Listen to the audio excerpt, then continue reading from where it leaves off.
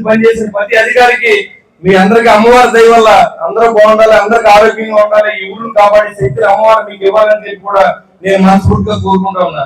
అంతే తప్ప ఇది మానేసి ఆని తిట్టుకుంటే ఈ తిట్టుకుంటే కలిసి వచ్చేది ఏం లేదు.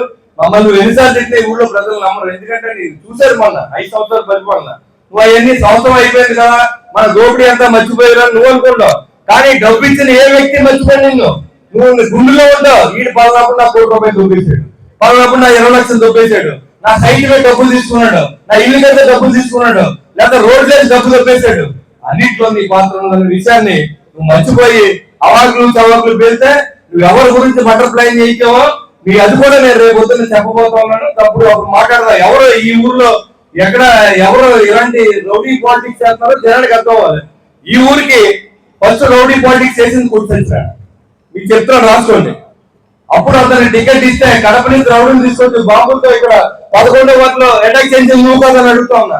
ఇవాళ పైబోయిన వెంకటరావు నాతో తిరుగుతున్నాడని చెప్పి పైబోయిన వెంకటరావు అంతమందించాలని చెప్పి నువ్వు నీ తమ్ముడు కొడుకును కలిసి వ్యవహారం నుంచి రౌడీని తీసుకొని శుభారించిన నిజంగా అడుగుతా ఉన్నా. నీ తమ్ముడితో సవాల్ నువ్వు రాన్నట్టు గురించి మాట్లాడతావు.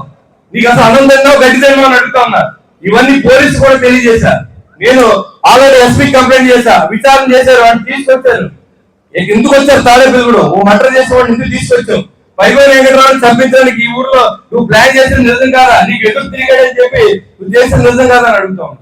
ఇది పోలీస్ డిపార్ట్మెంట్ దగ్గర ఉంది రికార్డెడ్ గా. ఈ ఊరు ప్రజలు చెప్పాలి కానీ చెప్తున్నా, నువ్వే పెద్ద రౌడీ, నువ్వు రాజకీయ రౌడీ. నువ్వు రాజకీయాలు అంటే ఎక్కడ పడుకుంటావు. రాజకీయాల్లో ఉండి అధికారాన్ని అడ్డం పెట్టుకుని నీకు ఎదురు తిరిగిన ఏ పరిస్థితి బతకాలు అనుకునే పరిస్థితిలో లేని మనిషి ఈ కూర్చొచ్చినాడు. ఇది కావాలంటే మీరు రుజువు చేసుకోండి. పోలీస్ స్టేషన్ రికార్డెడ్ గా ఉంది. ఎస్పీ గారిని కంప్లైంట్ చేశాను, తీసుకొచ్చి కూడా విచారణ చేశాను. ఇలాంటి పరిస్థితి ఒకసారి ఈ తారీఖును ప్రజలు తెలుసుకోవాలని నేను తెలియజేస్తా ఉన్నాను. నేను బతుకున్నంత వరకు నాకు కూడా తిరిగినోడు కానీ లేకపోతే ఏ ప్రజలు సామాన్యుడి కానీ అన్యాయం జరగకుండా చూసి బాధ్యత మీరు నాకు ఇచ్చే ఖచ్చితంగా తీసుకున్నాను.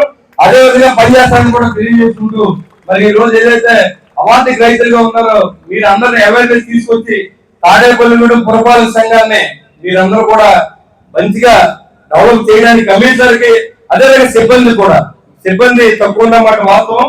ఆల్రెడీ కమిషనర్ గారు లెటర్ పెట్టారు పర్మిషన్ కి. ఇదివరకు మనం వేసేసుకుంటాం లేదు, దీనికి ఒక కార్పొరేషన్ పెట్టారు. ఆ కార్పొరేషన్ ద్వారా మన అనుమతి తీసుకుని ఇక్కడ వేసుకోవాల్సిన అవసరం ఉంది. దానికి పేరు కూడా తీసుకుని పంపించినట్టు నాకు తెలుసు.